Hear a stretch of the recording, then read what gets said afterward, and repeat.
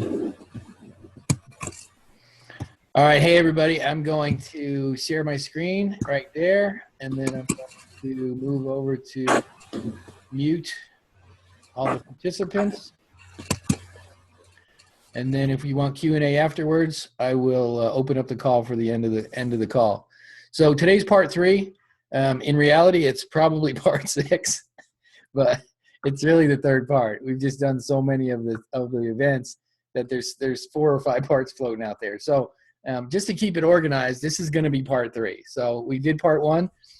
And if you guys have missed part 1 and part 2, just reach out to me. I now have the links to all the parts on my YouTube channel. I'm going to put them all in a playlist for you guys so you can have access to these things. I'm going to start getting more organized since we're going to be doing a lot of this. So part 1, we talked about some of the best books to read, some of the best things to learn. We also covered the master art of knowing, listening, and hearing. We talked about the core reasons why you would want to speak. Winning hearts, one of the most important things you can do is win hearts. What's your objective? And talking about selling. You've got to be selling from the stage. We talked about that. I shared a story about Grace Vanderwall, and it's called It's Not Mechanics, It's Magic. It's very important to know the difference between the mechanics of speaking and the magic of speaking. And then part 2, we talked about Phil Swift and Billy Mays, which these guys are pitchmen. The guys who are on TV, and they're just masters of the pitch. And so we talked about these guys. It was a pretty entertaining story. Overcoming fear, passion, and purpose. That was very, very important for new speakers, how to overcome fear and how to win your audience. And then we talked about practice, what types of practice, where to practice, how to get practice, all that stuff in part 2. About connecting with the audience, how to connect and how they feel it. Over deliver, but do not overwhelm. This is very, very important. It's a lesson that I had to learn. I talk so fast and I give so much content that I see in the audience. You see the front row, their eyes roll over in the back of their head, oh, that's a good sign that I've been given too much information. So, talk about that. Over deliver, but not overwhelm. The 3 keys to winning team members, very important. Building a speaking income, ask for the sale, and then we told the story about Billy. And then we're going to move over to part 3. So those are the topics you'll get in the other ones. Part 3, I want to talk to you about some pretty important stuff.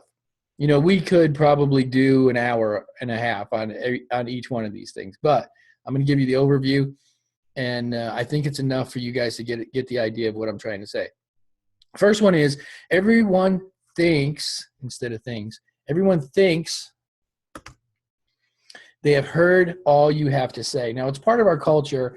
And like I said earlier, I'm not sure exactly how it became part of our culture, but it's part of our culture that when you talk or when you say something, whether it's at an event or it's at a meeting or it's at a party, people think that's who you are. They pigeonhole you. They stick you in a box. We see it with actors all the time. An actor doesn't want to be typecast because, they play a part where they're the bad guy, and then they play another part where they're the bad guy. And then all of a sudden, the only people that want him is okay, he's a really good bad guy. And they don't want to be typecast. Well, people do that to you as a public speaker too. When you start to talk about a particular subject and you're saying something, it's very easy for them to typecast you. It's very easy for them to put you in a box and think that that's all you have to say. And it's very, very important that you do what you can to make sure they don't do that. And there's a couple different hacks for you to do that. If they typecast you, that means that okay, I've heard everything he has to say. I'm not going to go to his next event. I'm not going to listen to his next video. I'm not going to go, they just think, okay, I've already heard all that stuff before. What you do is you speak in a way that people understand that you are only speaking from the tip of the iceberg. In other words, you're giving them valuable, valuable content. It's not smoke and mirrors. You're not promising them something and not delivering anything. You're actually giving them good content. But it should only be 20% of what you understand on the subject. Now, until they get in a classroom setting and you're going to give them every single chapter, every single nuance, every single book and chapter and verse, unless it's that scenario, you should let them know that here's what I'm going to give you, and that there's so much more to learn, and point to some of the people that you've learned from, and point to some of the other things that you would possibly talk about if you were to continue to engage them, or if we got together in a live event. You kind of seed your conversation with, oh, by the way. And there's a lot of little tricks that we can do as speakers to let them know that you have a diverse understanding, not just about this topic, but of other things. Because on public speaking, one of the things that every speaking engagement should do is open the door for other speaking engagements. And if you're typecast, people are going to think, oh, well, I'm at work and my boss says, we really need somebody to come in and talk about total quality management. Well, they don't think about you because you didn't mention that you can also do total quality management or sales processes, or that you do corporate America stuff. So they're not thinking about you because you're not plugging the idea as you speak. And so some people are so concerned about the moment that they forget to sell the next moment. And it's really important that if we know that that's the nature, it's the nature of people to typecast you, then you're going to seed your conversation with, oh, by the way, there's more. I won't get into too many of the hacks. We'll probably cover this at our live event in Orlando, and we might even do a little bit of salesmanship. It's really part of the sales job. You're selling people on the next event. Of all the things that we talk about, there's the two things that are the most important of this conversation is this next part. Get a coach. The fastest way for you to propel your career, for you to be good at your craft, to master your craft, is to get somebody in your life to help critique you. You have to have somebody to help you with the business side of it and with the speaking side of it, because it's twofold.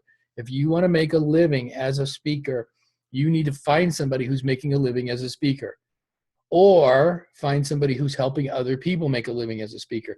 Just because someone's been speaking their whole life, or they have years and years of speaking experience, if they're not making any money, then you're probably not a good coach. Now, they might be able to help you with some things, but that's not the kind of coach I'm talking about. I'm talking about someone who's going to coach you both in the practical and in the financial. What's it going to take for me to get on stage? What's it going to take for me to make some money? You've got to have a coach. The two biggest paid speaking people on the planet, Jim Rohn and the voice of Mufasa, James Earl Jones, had a coach till the very end of their career. James Earl Jones to this day has a speaking coach. He has somebody that listens to him and critiques him and critiques him. Here's a guy who makes $100,000 a month speaking, and he still believes in coaching.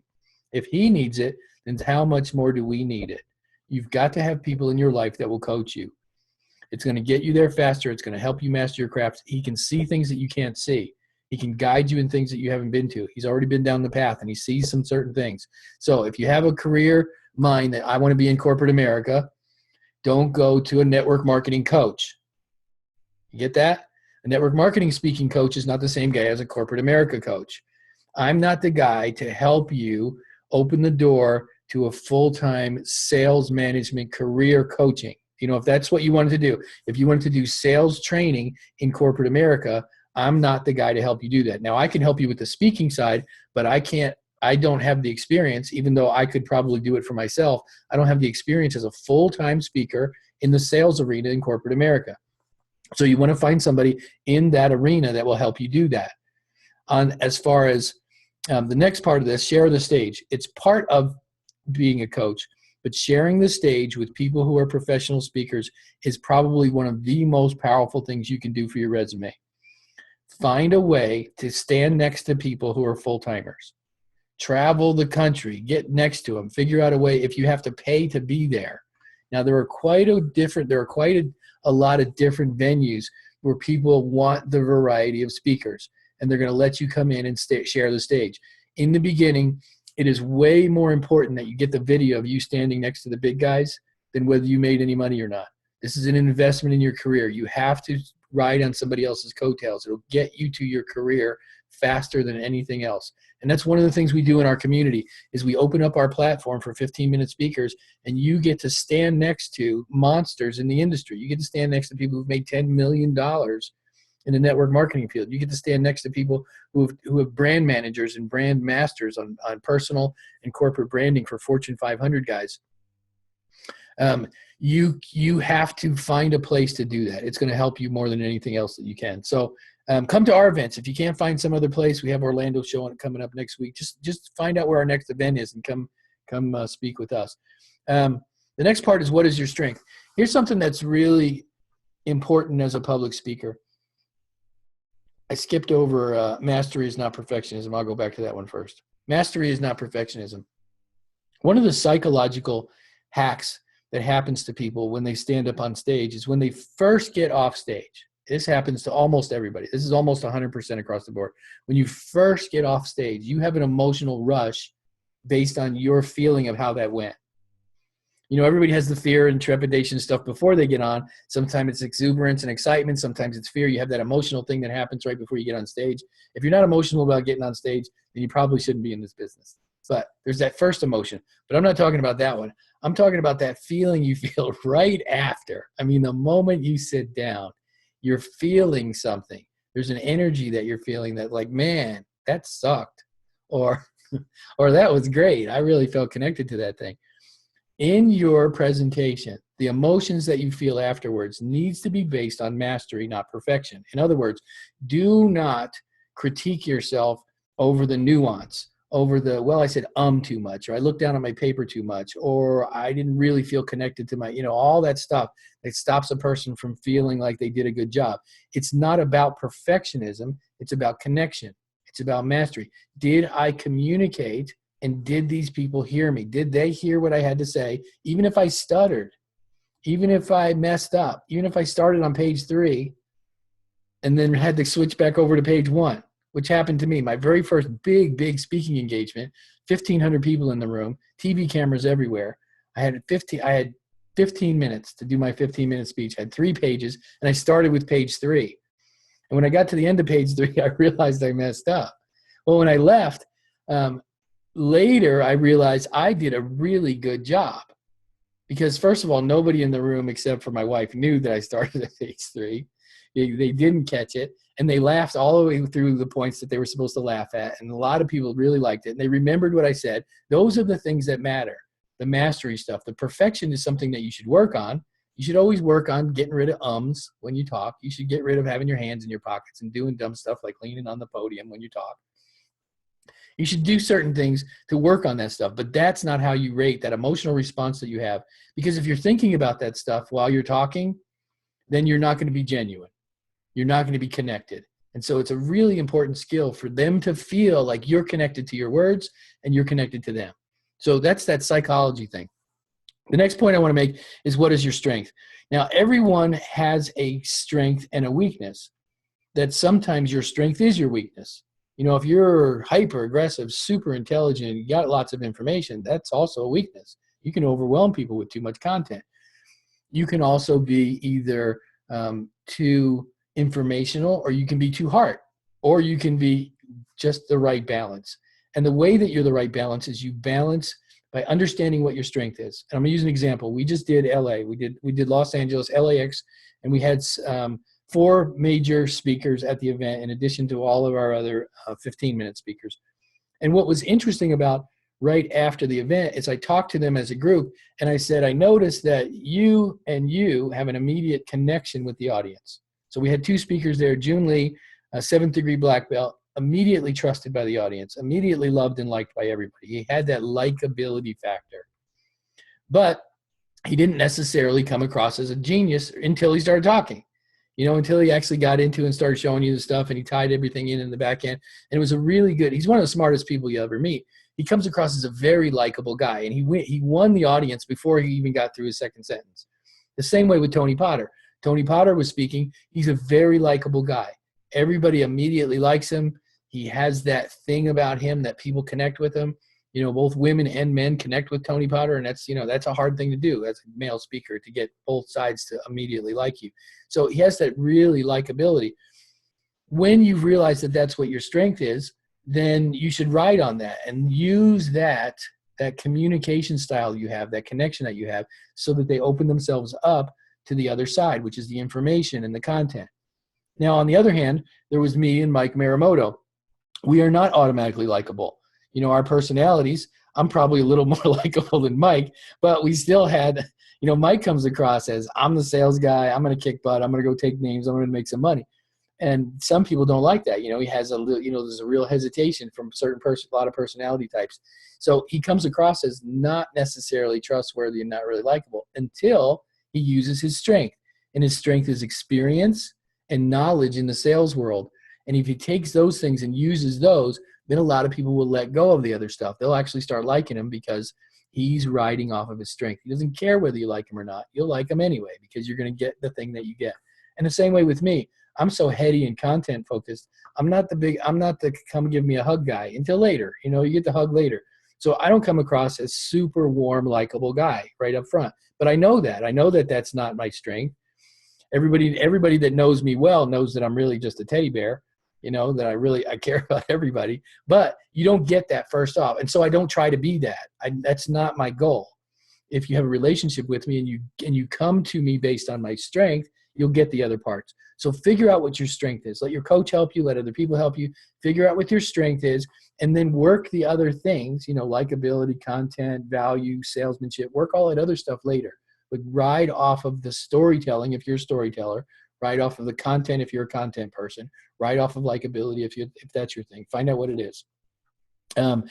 Diversity in your speaking. I'm going to delete that. We're going to save it for next time.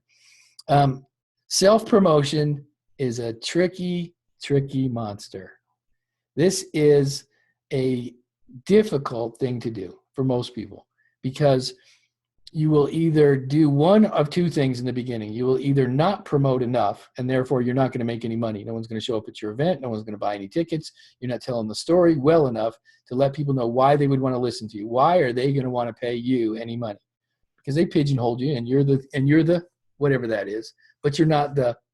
And so you're going to have to be self-promoting. You're going to have to tell people, this is what I can give you. This is what I can sell you. Now, without self-promotion, you make no money in this business. You've got to be the guy who's always putting your resume out there. You're always talking about the next pitch. The only problem is, if you're always the guy putting the resume out there and you're always talking about how great you are, then people don't like you because you sound arrogant. You sound prideful. You sound like, well, it's always about you. So here's some of the tricks. Here's how you actually get past that. You can talk about you all day long as when you're talking about you, you're really talking about them. And the way that you do that is, let's use 7th degree black belt. He comes in the room and he's bragging, he's boasting, I'm the strongest guy in the world. I'm going to kick everybody's butt. Well, you're thinking, I could hit you in the back of the head with a 2x4 when you're not looking. I'll kick your butt. You're not liking the guy very much. It's a competition thing. But if he says, look, I'm a 7th degree black belt. I want to teach you what I learned. I was a skinny little kid and I was beat up in 8th grade, and I really, I felt really bad. If he starts identifying with you and starts telling you, I can do all these great things and I'm going to take these tools and give them to you, then it's a place of humility. Then it's a place of strength. You've taken your strength and you're offering all of your strengths as a gift to help their life become better. And so never get to the point where I've done this, thinking that they're going to hire you. You say, I've done this and I can help your people do this. Because I was a really bad salesperson for years. I struggled. I was embarrassed. I couldn't talk to people. You start off with the negative side. And then you say, because of that, and I became a number one salesperson by hanging out with so-and-so. Project your knowledge off from somebody else. Here's another little trick. I didn't get this all by myself. I'm not a natural talent. I'm not a natural genius. I'm not a natural. So-and-so mentored me. This is a great way to project the whole resume. So-and-so mentored me, and because of the things that he taught me, I can now teach you. I'm talking to a couple guys this week about going into their business and teaching their craft, teaching their salespeople how to sell. And so I didn't say, hey, I'm a great and mighty salesperson. I said, I notice you want to make more sales. I noticed that in your company, you'd like to make more sales. We talked about that.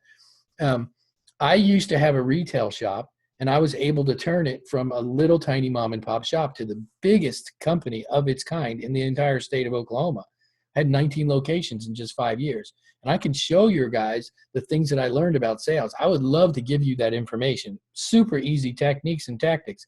Now, it wasn't about me. It was about the technique. It was about the tactic. It was about and I did weave in the accolades. I've done this and I've done that. But it's about them. It continually goes back to them. So when you're in self-promotion, it is a tricky monster because you don't want to come across as proud. And if you'll just work really hard at, I want to help you with this thing, then it will help you stay out of that scary place.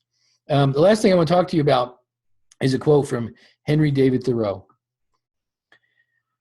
He said, I went to the woods because I wished to live deliberately, to front only the essential facts of life, and see if I could not learn what it had to teach, and not, when I came to die, discover that I had not lived.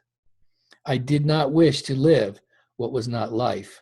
Living is so dear, nor did I wish to practice resignation, unless it was quite necessary. I wanted to live deep and suck all the marrow of life, to live so sturdily and Spartan-like as to put to rout all that was not life, to cut a broad swath and shave close, to drive life into a corner and to reduce it to its lowest terms. The most valuable character trait that you can ever have as a public speaker is to learn to be that. Is to learn to be a person that takes your moments and drives every bit of life out of it that you possibly can. That when you go out for a cup of coffee, it's the best cup of coffee you ever had. If you have apple pie with a friend, it's the best apple pie you ever had. That there's relationships, the people that you're talking to, that's the only person in the world, and you're drawing from them and you're listening to them and you're learning from them, and you're taking these moments of life and taking them out of the mediocre and drawing the life out of them and turning them into great moments. What happens when you become that person, it comes across in your passion. It comes across on stage. It comes across when you tell a story that they want to be part of your life. They want to experience your life because you're living it to such fullness that you're present in your life, that you're not living in tomorrow's hope. You're not living in past yesterday. You're living in right now. When you're talking to somebody, learn to be the kind of person that doesn't let your seconds go by, doesn't let your minutes go by, doesn't let the cash register lady go by, that the person who knocks on your door, draw them into a conversation, figure out a way to make every moment a memory as deep as you possibly can. This is going to empower your ability to communicate more than anything else you can do. Life is life. Life is what people are drawn to. And if you're a person that loves life and people that much, learn to do it. It doesn't take that much. We're actually born to be that person. When we're little kids, everything's a discovery. Everything's a ooh, ah. You get a leaf, and it's a different color leaf than you saw 10 minutes ago. It's like, ah. You just do that. Learn to go back to being the person who's like a 5-year-old feeding ducks. That every moment is just, wow. People are just shocked when they meet me. I have a friend. He's actually on Skype right now. He came over from India, and I mentored him when he was a young guy. He was 20-something years old. I mentored him in the programming world, and we became close friends. And when he came over to the United States, he came over to my house, and we spent some time together. And we went out together, and we went to the stores. We went to meet and talk to people. And when we got done, he says, "Is everybody in America like you?" He says, "Is everybody so engaging and so much fun and so lively?" And so I said, "No, it's just me. I'm the only guy who does that." Because he realized I was the best friend to complete strangers. I would stop and talk to homeless people. I wasn't throwing $5 bills at them. I would talk to him. I would engage him. I would find out what his name is. Why are you here? Who are you? And there was just something about it was so engaging for him that he was shocked. People are mesmerized by people who love life. It's just amazing. We're going to have one of those people coming to our live event in Orlando. I desired more than anything else, if I could have the perfect group of people with me on stage, if I could have any 3 people on the entire world with me on stage, it's the 3 people that are going to be at Orlando. Now, I love my crowd too. I mean, my 15-minute speakers and all the people that we're teaching, it's the passion of my life. If I could change either one, have these 3 or just have my crowd, I would still be with my crowd. Because for me, helping other people do it is way more important. But with that being said, there are 3 people that I would want to speak together on stage, and it's going to happen in Orlando in just 50 days. It's the dream team for me. You know, when you think of us, who's a celebrity in your life, you might think of Brad Pitt, you might think of Angelina Jolie, you might think of a celebrity, you might think of somebody. The 2 people that are really celebrities in my life are actually going to be there. Joshua Rudolph, and I'm not allowed to mention the other person's name yet, but she's a superstar. She promised that she's coming. I'm going to figure out how much she's going to speak. But let me share my screen with you guys real quick. One of the things that, for those of you who are new, who are watching this video later, if you want to be one of our speakers, if you want to come and learn how to speak, you want to come to Orlando. We're actually going to have some world-class speakers there. Joshua Rudolph, he's a brand master. The other lady who I'm not going to tell you about yet, you're going to have to just wait and see when we make the announcement. BJ Stevens, a professional speaker. She president of local Toastmasters, been speaking and teaching speaking forever. I mean, she knows just about every person in the industry and knows almost everything there is to know about the speaking world. She's going to be there. You definitely want to come. There's lots of stuff going on. If you want to be there, go to billebert.com/blog. Go to this Work With Me tab right here and fill out the form. And we'll have a conversation about what your goals are. We do not make speakers pay the price. The full price for the event is $1,000 for attendees, $1,500 for couples. That fee is not for the speakers. So I want to talk to you about what your goals are. Best way to do that is go to the Work With Me tab, and you will have me call you, and we'll talk about you being there. So I think that's it for tonight. I will cover the rest of what I skipped on the next session. Hope you guys have a great night, and reach out and talk to me if you need anything. See you. Bye.